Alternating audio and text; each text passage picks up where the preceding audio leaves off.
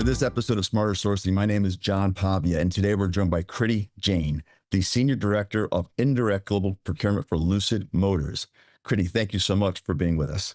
Thank you, John, for having me. So I was looking at your background, and it is fascinating. So I thought no better way to start this interview by you walking us through your career path and what brought you to Lucid Motors. Yeah, thank you, John, for that. So I started my career as a mechanical engineer at General Motors, focused on emission certification and regulatory compliance. From there on, that built the foundation of what I called is problem solving in systems and thinking naturally towards where you want to take the transformation journey. And I quickly moved into Eaton Industries within their aerospace department, looking after the supply chain programs management. And then from there, I started leaning towards more on the consulting side, where I looked after a few of our multi-billion-dollar clients, going through a lot of mergers and acquisitions, but built really strong foundation for innovation and strategic thinking. And that's how I landed into Gilead Sciences as one of their center of excellence professionals who started building the procurement organization. And that's where my transformation journey began. And beyond that, then I went into Gap in the retail world, then also managed their supply chain, moved into Anaplan, which was a real turning point for me, where I led major procurement transformation. And that's how I was hired within Lucid. And they quickly realized where I wanted to take this team and the company and the organization. And we started focusing more on strategic sourcing and started building the foundation of what is today, I call Indirect Procurement 2.0 within Lucid, which is more transformation, digital, innovative, and really team leadership and focusing ultimately on leading into a more digitally enabled organization. So when you're getting your degree in biomechanical engineering, was your focus already at that time supply chain, sourcing, procurement, or was that sort of an accident that you ended up going down that path with such a focus on that? So I always tell everyone that I make very thoughtful decisions when it comes to what I want to do next in my career journey, right? So I was very clear as a kid, and I always like to share this story. My grandfather, he used to own an ice factory, and I grew up with his under his vision. So I always, as a kid, wanted to solve problems. So when there's issues within his factory, he would give me little things to solve for. So I was very clear where I was taking my career, which is more about innovation, technology, problem solving. So engineering was a very natural outcome of my education. Once I completed engineering and then I landed in General Motors, I saw a lot of things very early on in my career, which helped me build that strong foundation of like, if you can solve business problem and connect it back to organization goals, you're going to be really quickly moving forward. And being able to do that, that was a great learning in my career. Yeah, so I think being part of a very engaging career and where I was curious and I'm always asking questions and trying to understand when there is a business problem or a situation, I always raise hand and I'm like, can I get more information? So that curiosity mindset always led me to being in different kinds of department, playing different kinds of roles. So I wouldn't say I landed anywhere. I always picked the right path for me. And I always ask more questions and try to solve business problems rather than fit in a box. So when a company hires me, part of the interview process, I'm very curious and I share it very openly that hire me not for just one role. Don't put me in a box. Always give me problems to solve. And that's how I will be able to engage more and it benefits both sides. I got to ask a question now because we used to have this old ice factory near our house. And the place was always spooky to me because it had this like big, long, like conveyor belt thing that went up from the water, was in this, like in the middle of this lake. What was the biggest problem you solved for your grandfather what were you put in charge of? What did you do there? Yeah. And fascinating. I was just 10. So when I used to go with my grandfather, I was really young and very curious as a kid. So one day I clearly remember there was a default in the pipeline. So the water was not flowing in. So there was no ice getting freeze because the water was not able to reach the vessels. And like you said, it's a spooky place and it's huge. And this is a very old build factory. And my grandfather, he was not a certified mechanical engineer. He did everything by his own and he built the whole factory by his hands, which I'm super proud of him. So we went up to the highest. So there is 3 floors to it. So you have to climb stairs, and then there is more stairs to where the tank is. So you have to go and really check what's happening there. So there was a little thing that was stuck in the pipeline there, which had caused a rippling effect throughout the whole system. So that's where I started thinking, how do you root cause a problem by following the trace and not waiting until you get to the bottom of it. So it was very funny. At the same time, it was engaging. And my grandfather, he was super good with kids and very much, he would answer all your questions. So in his book, there is no wrong question. There is no stupid question. So you need to keep asking and he'll keep solving. And I think that engagement and that kind of knowledge helped me build the confidence. Like, you can always ask whatever you feel is important to you to get to the bottom of the problem. I think that's a great story. And I think it's so important when I speak to some younger people. I'll do a lot of that, colleges, universities, and I'll say, there's something that I don't think is taught enough of in university, and that is problem solving, no matter what it is. And so I had my own set of experiences, having to run a valet parking service at 16 years old when they fired the guy who was in charge of it, and all of a sudden I was in charge. But that's a great story. I also think about the story because I used to climb roofs with my father, putting antennas up. And when we would talk about it, I would say, Dad, if that happened now in 2025, you probably would have been arrested for some kind of endangering the welfare of a minor, getting up on roofs at 12 years old. I got to imagine in an ice factory, there were probably a lot of places and things you were doing that if anybody came in from the Department of Children, whatever, your grandfather probably would have gotten in trouble. But that's what it was back then. Yeah. And I think it's always something that he told me, a calculated risk is important to run business, right? So when you think about startups, when you think about multi-billion-dollar companies, you can't go to a multi-billion-dollar company without having that startup mindset and a little bit of risk taking. So risk taking is important. I'm not saying break rules, but I'm saying that you have to take calculated risk to be able to solve problems. Because if you get stuck, or like my comment being, if you put yourself in a box and not try to think through what could be the impacts, then that's where you're stopping yourself from learning and growth. So that was his way of teaching us a lesson. He didn't mean to break any rules, but he was also trying to instill practical knowledge in us, that way that we can always say, hey, this is the risk that I'm able to take, this is the risk I can't take. But knowing the risk is also as much as important than taking or not taking them. So he was a real mentor and a teacher. He was, yes. I still can't say he was. He's very deeply into a lot of things that I've learned. And I think I give a lot of credit. I always think back, if I give 100% credit to where I am, to what he taught me practically. And my dad and mom agrees. The practical knowledge that you get while you're growing up is as important as your education, because that's the only way you can become a complete person. And that's why you can take some risk, and that's why you are able to say, hey, this is the right thing for me and this is not the right thing for me. So you already sound to me like you're a mentor and a teacher, and that's a big belief of yours, to pass this on to the people that work with you, the folks, your direct reports, the people who report to you. I bet they hear a lot of stories about your grandfather. Yes, they do. I think whenever we are out, and it's fascinating. It's not just my grandfather. Both my parents are psychologists.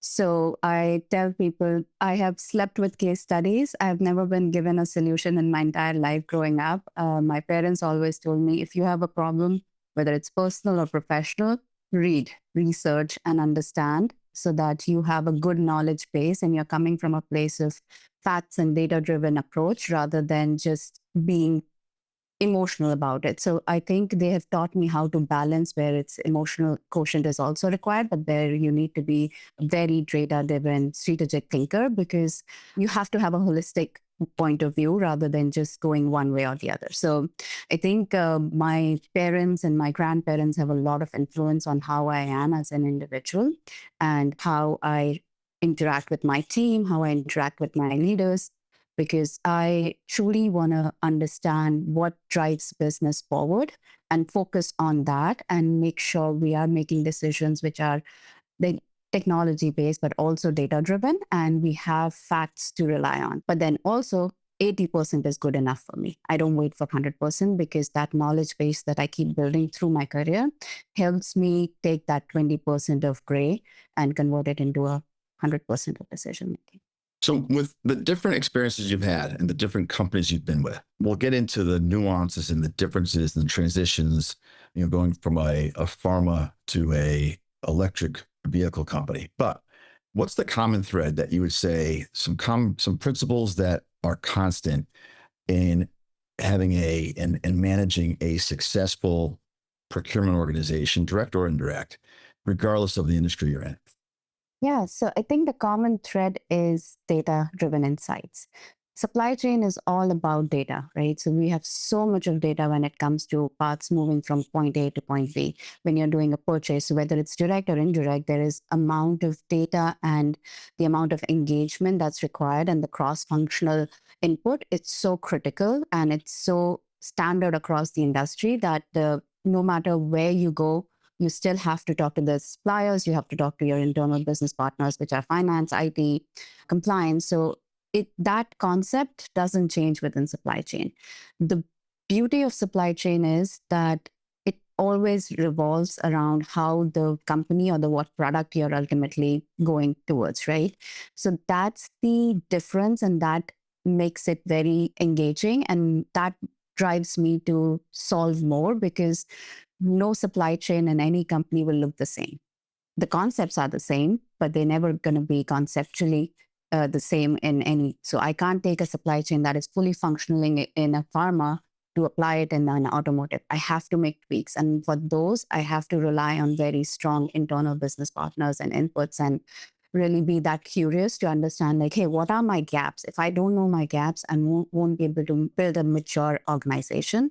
And those gaps and things those data helps you drive things forward and automate. And that's where we're now looking at AI and all of these fun stuff. But again, if you think about one technology, it won't fit the same in two different industries. It always has to be developed based on where you are. So, you mentioned in your opening comments the turning point that happened for you at Anaplan. I actually know about Anaplan because I had some friends who, like, as a group, left one company, went over to Anaplan. But if you could share with our listeners and viewers a little bit about your experience at Anaplan, and especially what was that turning point? Yeah. So when I joined Anaplan, it was during COVID. We were still getting out of COVID, and there was a little bit of work from home on site. I inherited a global team there as well. I got promoted twice. I moved really quickly. The leaders recognized my potential and my curiosity to solve problems. So I wouldn't say it was just procurement. It was more of how we engage operationally and where we were trying to lead the team. So we had a lot of outdated technology. We had a lot of outdated processes and policies. I was able to quickly make those changes, given my leadership was really strong and they believed in what vision we were trying to build towards. So I think that's what I say turning point, because we all had the same mindset and we were able to bring together a really engaged team that was driving towards the same goal. So I think that's the turning point when Anaplan came through a new leadership, and we all worked together to say, hey, we really want to transform procurement. We believe in procurement and we want to take this to the next level, because that will help them operationally be efficient and continue to grow and be the powerful technology that they are trying to build. So I'm super proud of my time there, and I'm very proud of the engagements and the relationships that I built there. Along that path, you went from, not necessarily in this order, but from retail with Gap, and you were then in consulting, and then pharma before you get to Lucid. And out of all those, what was the hardest one in terms of the nuances were quite different in how to successfully drive a procurement organization? I wouldn't say any of that was hard. I think my comment earlier, I intentionally picked these industries the way I have done this, and many people wouldn't believe, but when I'm interviewing or if a company is interviewing me, I am looking at a lot of aspects of data and what I want to do next and how I take my career to the next step. It's very important, because I don't believe any of these transformation was hard. It was very intentional, because everything that I learned in every step, I was able to apply to the next. Taking an example, when I was in pharma, they grew really quickly, but the processes were not set. So what we did is really understand, how do you bring that compliance, which is very required from a pharma perspective, and then how do you continue to be scalable as an organization, not just as a company, and continue to keep up with the compliance. That kind of problem solving and question and the curiosity that leads to change helped me take on a lot more. When I moved to retail, which is Gap, they wanted someone who can streamline processes, also connect the dots. I think conceptually, like I said, supply chain can be different in different companies based on some will have more compliance, some will have more rigid boundaries around how you do audits and things of those nature. But overall, most companies that I've worked with, they all wanted to streamline and they wanted to make sure they're ready for scalability. So that's what I look for when I take on my career journey. It's where there are, it's a joke that I say, where there are maximum problems, that's where you're going to find me. Because I love being in that situation. I love chaos. I love to organize chaos. So I think that's who I am. And that's never been a difficult step to transform, because I can see the chaos and I can tell you it's a chaos, but I want to be there. So that's just who I am as a person. In the world that you live in, in my experience with procurement, really getting procurement aligned with management and where they want to take it, versus just seeing procurement as a function that is a necessary function instead of a function that can really add value if it's done correctly. But with each of your transitions and hearing you talk about how each one was very intentional, I would imagine that a big box on your checklist was that the company you were going to had a management team and a philosophy where they wanted to invest in really good procurement versus they just want better. They think they're spending too much and they want to, spend less. And I'm probably asking an obvious question, but I would imagine had to be a big factor in each of your very intentional moves. Yes. When I was talking to Lucid, that was one of the key points of my decision making. I was told it's a whiteboard. You have to come in and start building it. So I think that gave me a confidence that they truly want to build a procurement organization, not just have it as a checkbox or a policy, because they want to transform the team, they want to transform the organization and make it ready for tomorrow's scalability, not just for today's problem solving, which is save money. Every company, I wouldn't imagine any industry or any company that you're going to talk to, a CFO would not want cost savings. Everybody wants that. But I think when we build organizations which are resilient and data-driven and innovation and technology forward, that's where the true value of procurement comes in, because we are thinking about the business. We are getting 3 steps ahead of the business and really being that business obsessed. That's what I tell my team. Go and ingrain yourself and truly understand what drives marketing strategy, what drives technology strategy. You might not be able to make a change today, but in 2 years' time, and you have to have a roadmap and be patient, and you have to invest in that talent. And that's the journey I sold to Lucid. And that's what I continue to sell the leadership. Like, hey, I'm not building for today. I can get you cost savings the day you want. That's my role. That's my experience. But what we truly want is an organization that's self-sufficient. It runs like a machine. I say supply chain is the heart of an organization.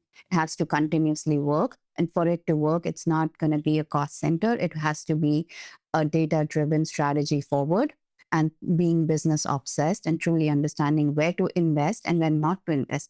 There are times where I go above and beyond and tell a business leader, hey, this is the right investment for you. Make it. And I will go and talk to finance and be that voice for you, because I truly believe that if we make this investment today, we're going to be able to mature the organization both ways, not just procurement, but the business organization in a very strategic direction. So sometimes procurement role is to also get the investment that the business is looking for and help them articulate in the right way, because we know all the nuances. We know how to interact with suppliers. We also know how to get the real ROI behind a cost, right? So procurement also has to drive forward the ROI, not just the cost savings. So my team has a target that they have to have a cost saving target, but they also have to have SLAs and ROIs built that they track throughout the year to help tell the business a story that, hey, we were just not part of the process. We were ingrained throughout the process to help build your strategy. So if every move was very intentional, why this career move to the EV space? Because, and I love the space. I think it's fascinating. The whole concept and where it's going and the impact it's going to have on so many different things, but very interested why You said to yourself, this is a company I want to be with because it checks all the boxes and it's in an industry that I think is, and I'll let you fill in the blank. Yeah, no, definitely. So I say Lucid is such a fascinating time. We are trying to build one of the best products that the market has seen. And for me, that was a very motivating step because I don't just get to solve for one piece or the other. So EV industry is what? It's technology, it's automotive, it's manufacturing. So I'm getting experience of three industry, and I'm also able to use the experience that I had from the past five industry or six industries that I've worked with to directly apply to this combination. So the chaos is three times, the problem solving is three times. It's not just one or the other. It's not just automotive, it's not just technology, it's not just manufacturing. We have all three, and we have challenges and opportunities in all kinds of the area. So what I get to apply every single day is my experience from pharma, from automotive, where I was in a very mature organization and like General Motors, to something which is now a startup, which is trying to scale really quickly and get a lot of beautiful products out. So that's what motivates me every single day. And that was one of the decisions why I took this role, because I'm building a supply chain or a procurement organization for almost three industries, and who gets to get that experience ever? And so it's once in a life experience, is what I tell my team. And if we are able to turn this around, I think that kind of a learning is very rare. I've never been part of an organization that I would put in Lucid's category, and I've been involved a lot with a lot of different companies, but it's got to be. This is my question: is it an added pressure in that you are in a company that, in a way, it's a startup? Most startups, everybody's trying to conserve every dollar, every minute, right? And I know Lucid's no different. I'm sure in terms of want to be smart about how they spend their money. However, they are one of these startups that is very well capitalized, right? I mean, it's not one that they went out and raised $1 million to start a company. We're talking about billions here, and they are in a race. They're in a very competitive race with the other EV makers out there.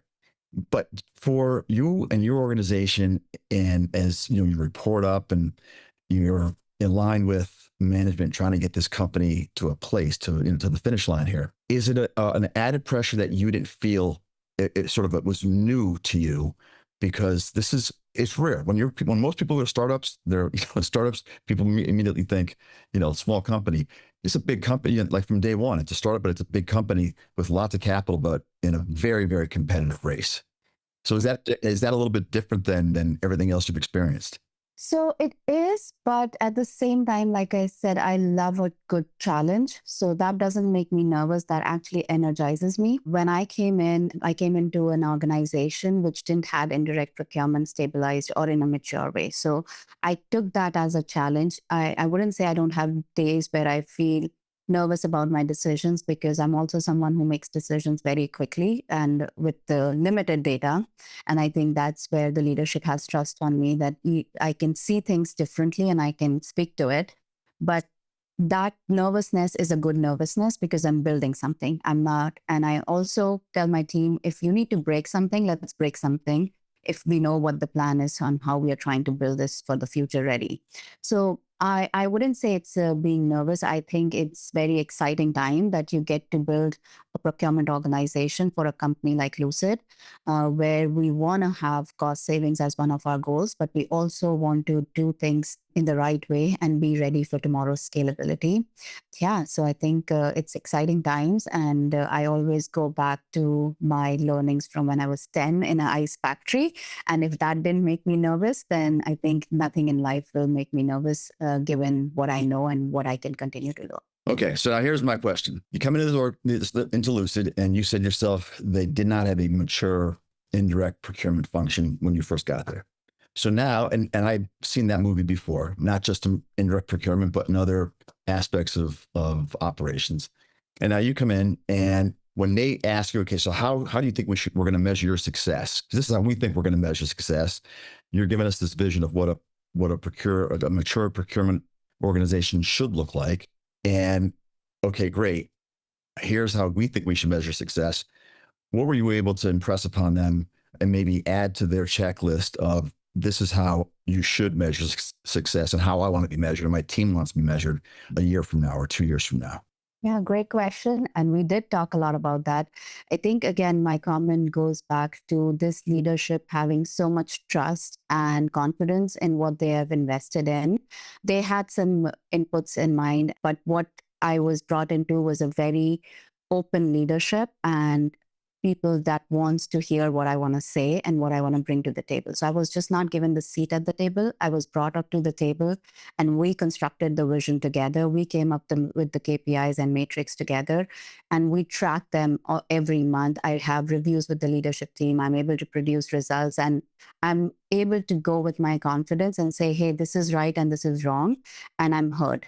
So I think that's the kind of leadership that I always look up to, and that's the kind of leadership that I want to always work with, is where I am able to provide my input and they are able to take that perspective and say, yes, we trust your experience in this area and let's work together on these SLAs and these things. So for me, the biggest vision was like, hey, we need to staff correctly, we need to have a right people strategy, then we need to have a right technology strategy. So it's people process policy, and that's the strategy that we built together, and there were SLAs that we came up with, and we started automation as one of the biggest driver to be able to take the team forward, because you really need to have a robust system where you can manage procurement activities from a compliance and audit standpoint. And I think that's the biggest KPI that we are trying to track to, and I have a lot of support there from a leadership perspective.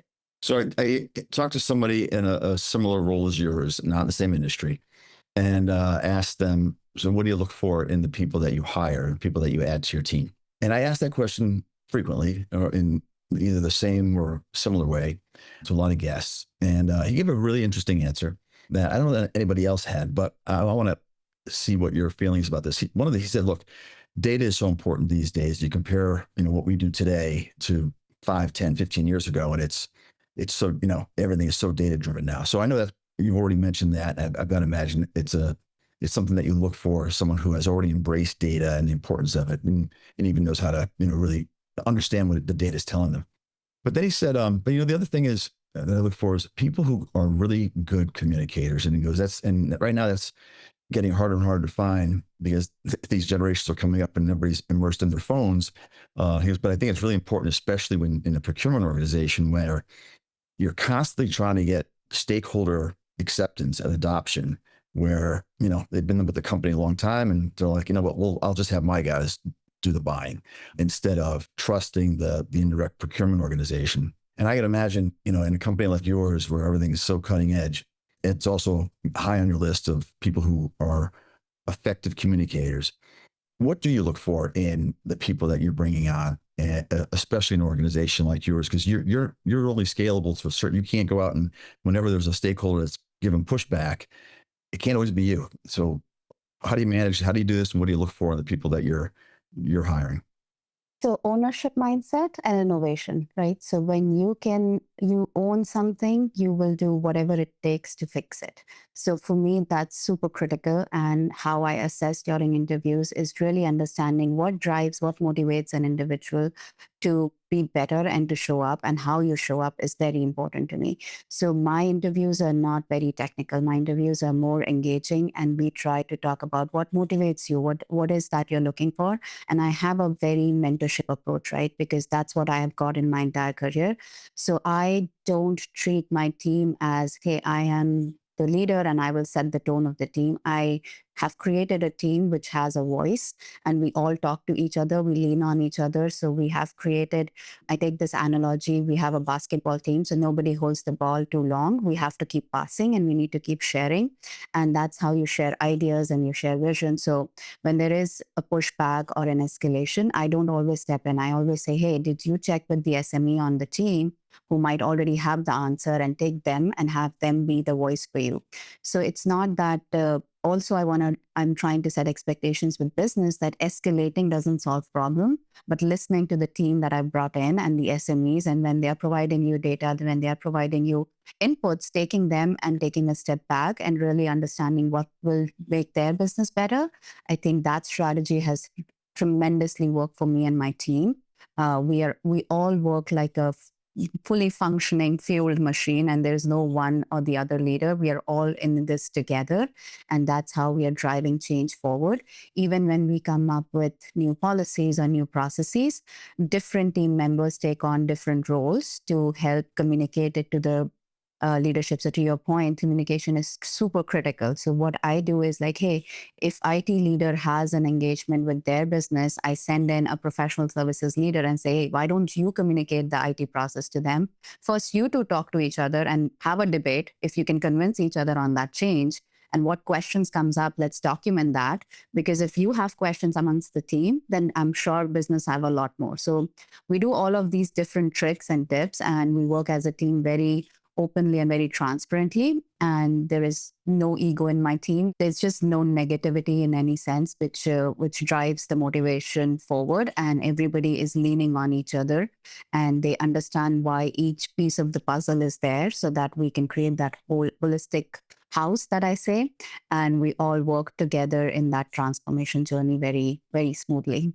How important is it to you to stay up on what's going on in from a global perspective and from an industry perspective? And I ask the question because you're in an industry where there's so many things going on globally that can impact your ability to hit your KPIs, whether it's the prices, the price of some raw material, or the price of energy, the price, whatever. But there's lots of things going on, including constant innovation. I mean, everybody in your industry is looking to improve the performance of battery life and whatnot. My question is, how important? I'm sure it's very important, but tell me about your philosophy on really staying up on the latest, what's going on in the EV market, and what keeps you up at night that you're especially focused on, that people wouldn't readily think this is something that you're very concerned about and always looking at?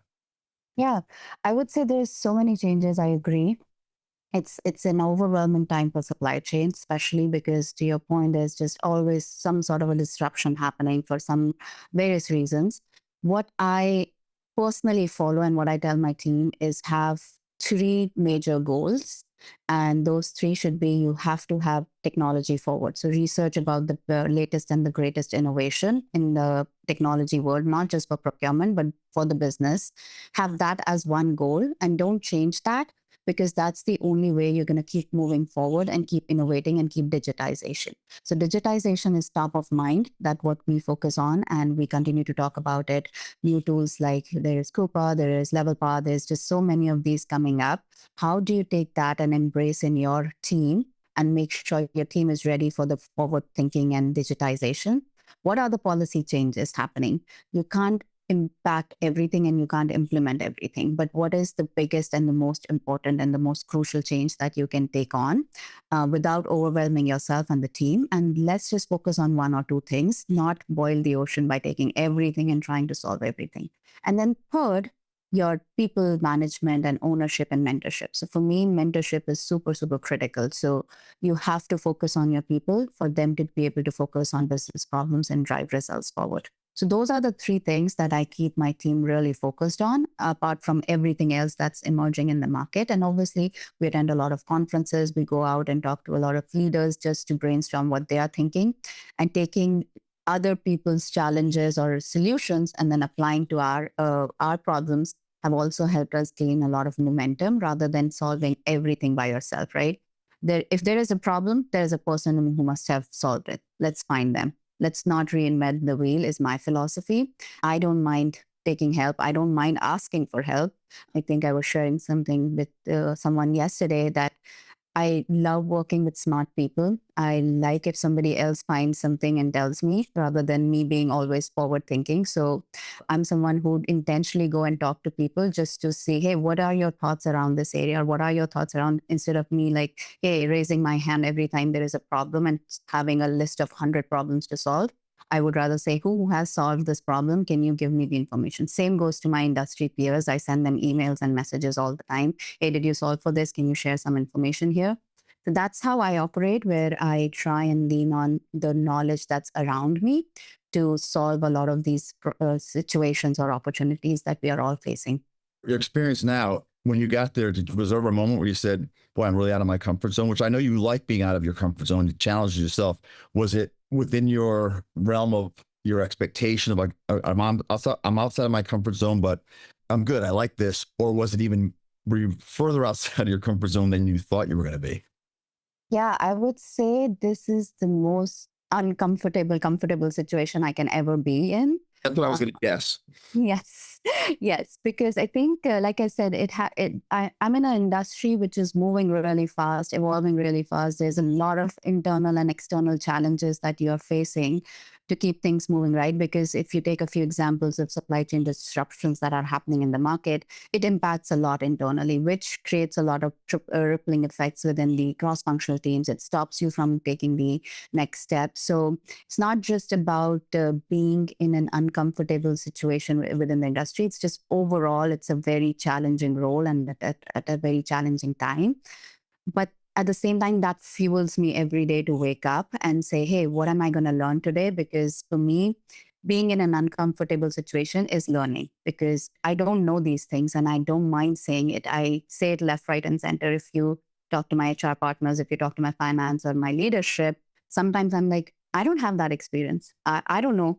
But what I can do is I will go back and I research on it and I'm going to talk to three people who are experienced in this area and I will come back with a solution or options of solutions because that's what I'm good at is finding solutions rather than saying I know it all. I'm not that person. I probably will never be that person because for me, learning continues. And again, I'm going to mention my grandfather. He was in his 60s when then also he used to tell me, I'm still learning. He used to still read books from mechanical engineering. He would read so many things. He would talk to people as if he is trying to understand their perspective. And he says, you should always be open to unlearn what you've learned just to be better. So a lot of philosophical inputs here, but I think those are the ways that I have developed my skill set. And that's what I do is always try to unlearn what I've learned within procurement and see what others' perspective are or what my team says, how we can do this differently. And that combined experience helps us to move really fast. How big is your team and how are you organized? So we are including globally close to 30 individuals, and we're still building the team out. When I came in, we were less than two digits, maybe in one digit. I don't even remember. It's been a year, but we grew really fast. And that's where my comment that the leadership has a lot of confidence, what I was able to do in the first few months. And then when they saw that, they were like, we just have to continue to do this so that we can scale. And I will give a lot of credit to my leader within the company who has pushed this forward to be like, we have to support this journey, not just because Kriti is saying it, because we want to be a mature organization and we agree with the vision that we have built together. So it's always a we, and it's good to get your leadership on the same page since the day you arrive. So that was my week one where I had a vision that I wanted to build and I brought the leaders in. Then I said, hey, let's build this together and let's all of us agree that no matter how the journey is going to be, we all want to get there. So we all know where the end goal is. And that's why I have that support. This has been great. So you drive an electric car now? No, I'm not. Our next one's going to be electric. Yeah, I have a hybrid, but yes. Yeah.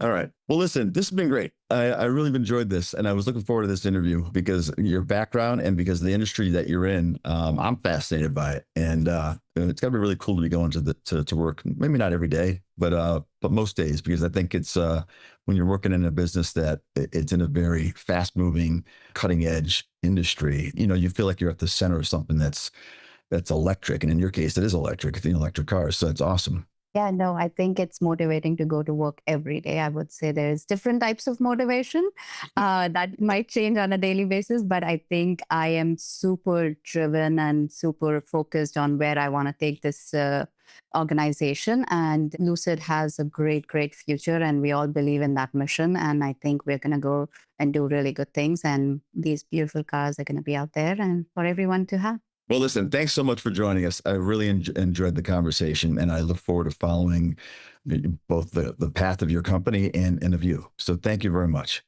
Thank you for having me, John. And to all of our listeners and viewers, thank you again for joining us today. And we'll see you on the next episode of Smarter Sourcing. Take care.